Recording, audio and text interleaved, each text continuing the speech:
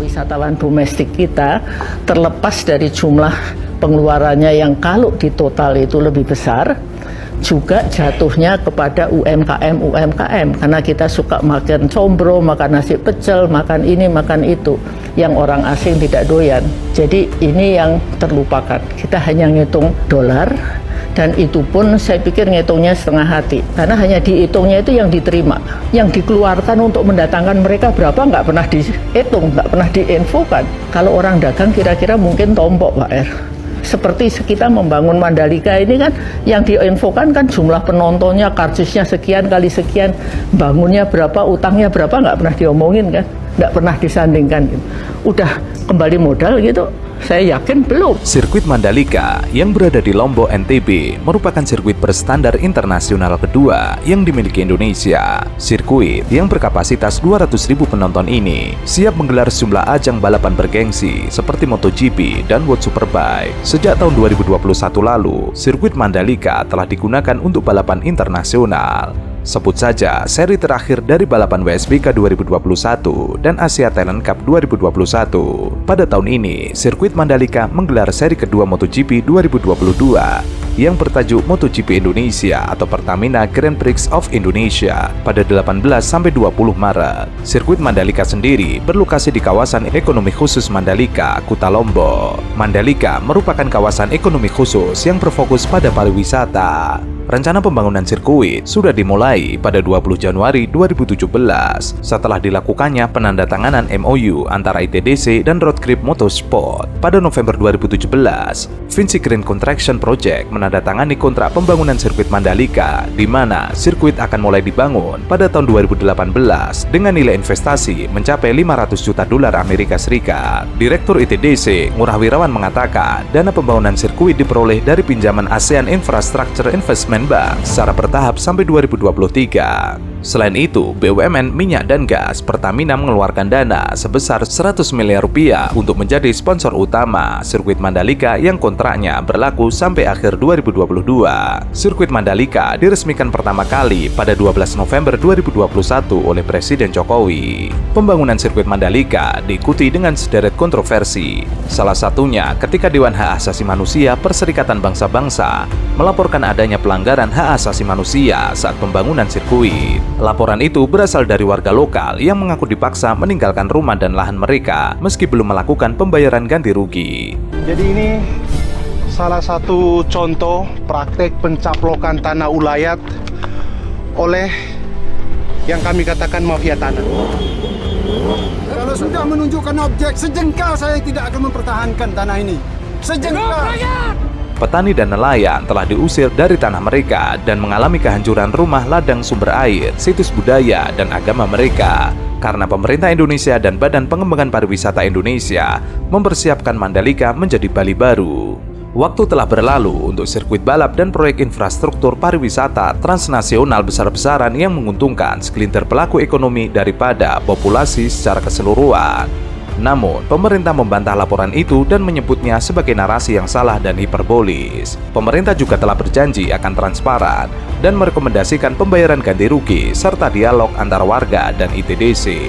Sebelumnya, ini Pak Dirut harus memastikan agar sirkuit Mandalika itu tidak hanya kita harus meningkatkan event-event. Jadi event itu tidak hanya pada bulan Maret dan bulan Oktober. Ya Pak Dirut ya. Kemudian juga kontrak daripada Mandalika ini untuk MotoGP ini kan 10 tahun ya Pak ya. 10 tahun, setahu saya 10 tahun. Nah, ini kan sementara investasi yang dilakukan ini adalah investasi jangka panjang. Nah, ini harus ada planning ke depan. What next?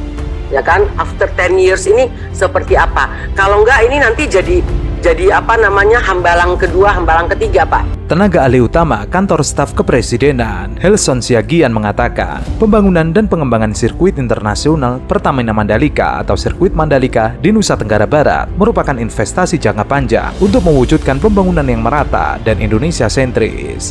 Hal itu disampaikannya menanggapi berbagai sorotan terhadap pembangunan sirkuit Mandalika yang meninggalkan utang 4,6 triliun rupiah. Pengembangan sirkuit sebagai sebuah terobosan yang disiapkan dengan penuh kehati-hatian untuk menumbuhkan pusat pariwisata baru, terutama di NTB.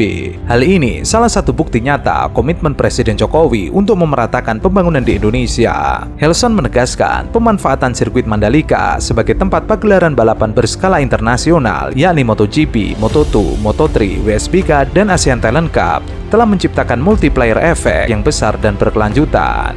Ia mencontohkan kesuksesan event WSBK 2023 yang memberikan dampak hingga 5 triliun terhadap ekosistem pergerakan ekonomi di Indonesia. Terkait dengan penghapusan World Superbike, menurut Helson, hal itu tidak perlu dijadikan sebagai polemik, sebab masih banyak event internasional yang bisa digelar di sirkuit Mandalika dan dapat menjaring wisatawan berkualitas. Sementara itu, Menteri BUMN Erick Thohir akan tetap mempertahankan gelaran MotoGP di sirkuit Mandalika.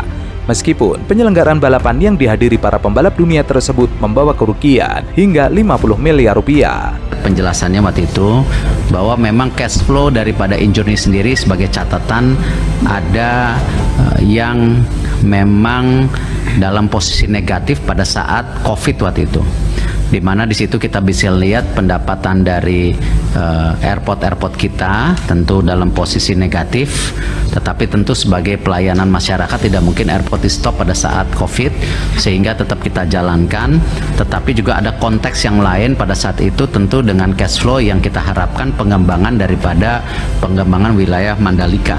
Nah, salah satunya dana yang 1,2 triliun ini sebenarnya tidak hanya tadi memaksa daripada airport sendiri yang sekarang sudah recover, ya, bahkan sudah ada yang lebih bagus, tetapi masih ada mungkin 70% airport yang belum recover, ya, baru Bali, Jakarta yang bagus.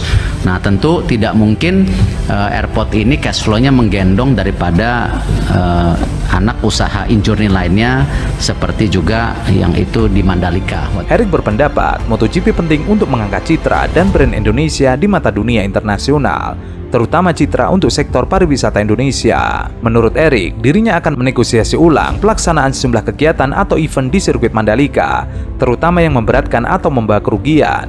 Satu di antaranya pelaksanaan World Superbike. Erick mengakui sejumlah kegiatan yang digelar di sirkuit yang pembangunannya dimodali APBN 2,4 triliun tersebut cukup memberatkan. Sementara itu, pengamat kebijakan publik Kikin Praginanto mengomentari disetujuinya penyertaan modal negara untuk membantu membayar beban utang imbas gelaran MotoGP Mandalika. Diketahui Komisi 6 DPR RI menyetujui anggaran PMN senilai 1,19 triliun yang diajukan oleh Menteri BUMN Erick Thohir. Selain PMN, untuk PT Aviasi Pariwisata Indonesia atau Injourney yang menanggung utang imbas sirkuit Mandalika, ada 3 BUMN lainnya yang menikmati dana segar dari APBN. BUMN tersebut antara lain PT Bahana Pembinaan Usaha Indonesia sebesar 3 triliun, PT Reasuransi Indonesia Utama sebesar 1 triliun, dan PT Raja Wali Nusantara Indonesia sebesar 500 miliar rupiah. Menanggapi hal tersebut, Kikin mengaku heran lantaran DPR justru menyetujui penambahan tersebut ketika seharusnya perihal kerugian tersebut diusut. Ia kemudian menyindir orang-orang yang selalu berkuar-kuar bahwa Mandalika sukses besar. Ini yang gembor-gembor balap motor di Mandalika sukses besar perlu dikerangkeng juga, jangan biarkan pamer foto lagi di medsos. Untuk diketahui, big wheeler for line there for Jorge Martin in second place. Storming start from Miguel Oliveira on the number 88 factory KTM. Quartararo, the poleman, gets the whole shot, but Oliveira up into third. Look at Alex Rins. Holding BUMN Pariwisata Injourney melalui PT Pengembangan Pariwisata Indonesia atau Indonesia Tourism Development Corporation tengah menanggung utang 4,6 triliun dari proyek sirkuit Mandalika. Nah, kesempatan ini perlu saya sampaikan background daripada Mandalika karena saya ditanya pendapat saya secara provisional bagaimana saya melihat Mandalika. Yang pertama yang perlu saya sampaikan bahwa kami sebetulnya adalah menyelesaikan problematika yang ditinggalkan Pak Ketua. Jadi kalau saya ditanya, saya juga kalau uangnya hari ini 1 triliun saya minta untuk pengembangan, saya pasti tidak akan minta. Tetapi 1 triliun ini adalah menyelesaikan hutang yang ditinggalkan oleh sebelum kami mengambil alih Mandalika. Jadi ini adalah penyelesaian hutang yang 1 triliun. Sebagai kami Bapak Pimpinan, itu waktu kita mengambil alih Mandalika, itu posisinya adalah mereka mempunyai short term liabilities 1,2 triliun. Mereka mempunyai long term liabilities 3,4 triliun. Dengan sumber repayment capacity hanya dari Nusa Dua.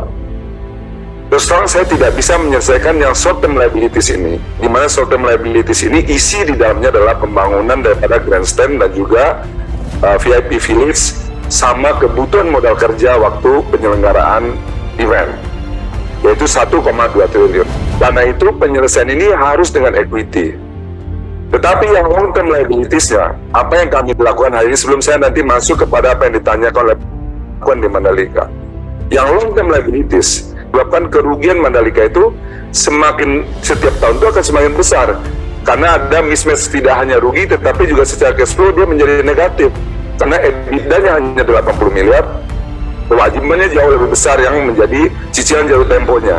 Direktur Utama Enjourney Doni Oskaria menjelaskan, utang tersebut terbagi dalam 2 tem pembayaran. Kewajiban pembayaran jangka pendek yang harus dilakukan sebesar 1,2 triliun dan kewajiban jangka panjang mencapai 3,4 triliun. Ia mengatakan terus terang tidak bisa selesaikan kewajiban yang short term ini, diantaranya untuk bayar pembangunan grandstand VIP Village dengan kebutuhan modal kerja saat penyelenggaraan event. Untuk itu, satu-satunya untuk penyelesaian kewajiban jangka pendek ini, dirinya mengajukan penyertaan modal negara sebesar 1 triliun untuk ITDC.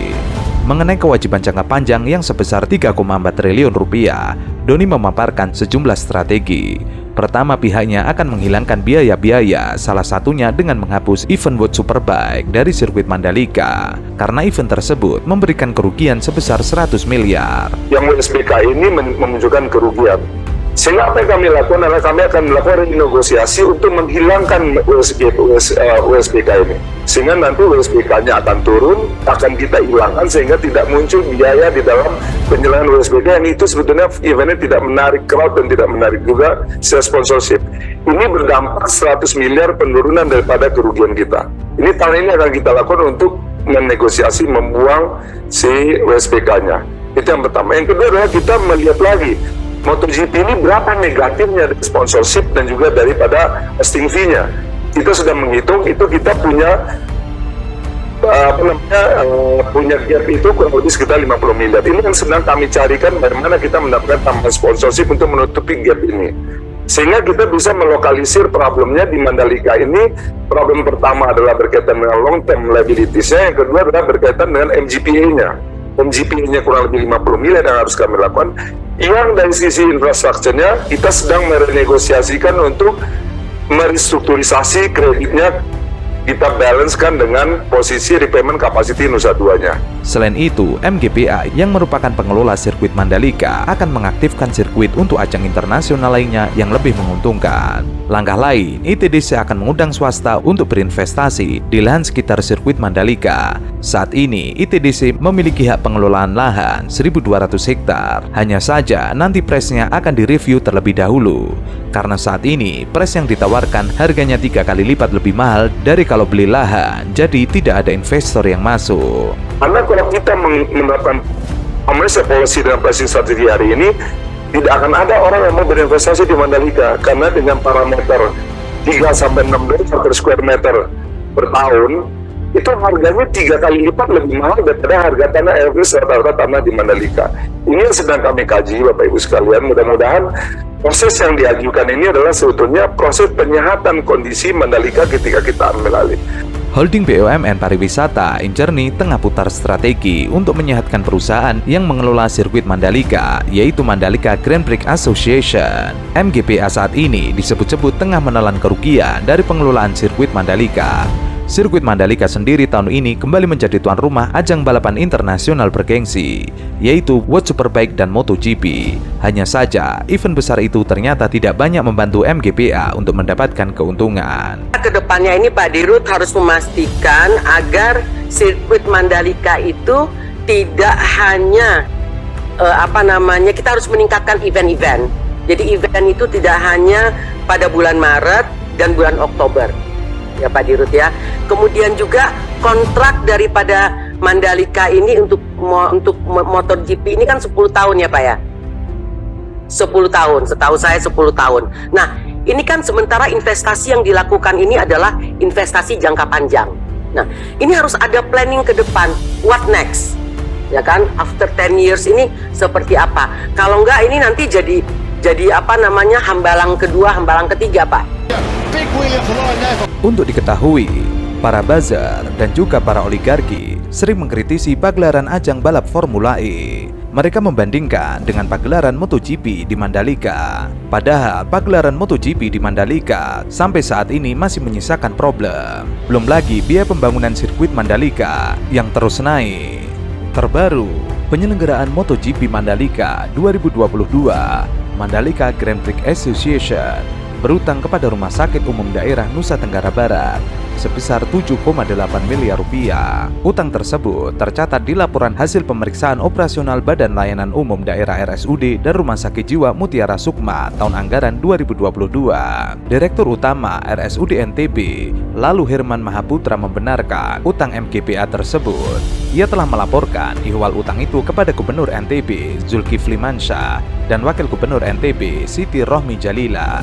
Herman menjelaskan telah beberapa kali bertemu dengan jajaran direksi MGPA untuk menagih utang pekerjaan layanan kesehatan saat pagelaran MotoGP. Namun ia belum bisa memastikan kapan MGPA bisa digelar. Herman memastikan keuangan RSUD NTB tetap baik meski memiliki piutang 7,8 miliar rupiah. Pelayanan kesehatan di rumah sakit itu juga tidak akan terganggu. LHP operasional Badan Layanan Umum Daerah RSUD dan Rumah Sakit Jiwa Mutiara Sukma tahun anggaran 2022 menyebutkan RSUD NTB menaikkan perjanjian kerjasama dengan MGPA dalam rangka penyelenggaraan rujukan pelayanan kesehatan pada perhelatan MotoGP 2022 di sirkuit Mandalika. Pekerjaan penyediaan layanan kesehatan event official tes MotoGP dengan nilai 3,7 miliar. Pembayaran bisa dilakukan secara bertahap sesuai progres pekerjaan.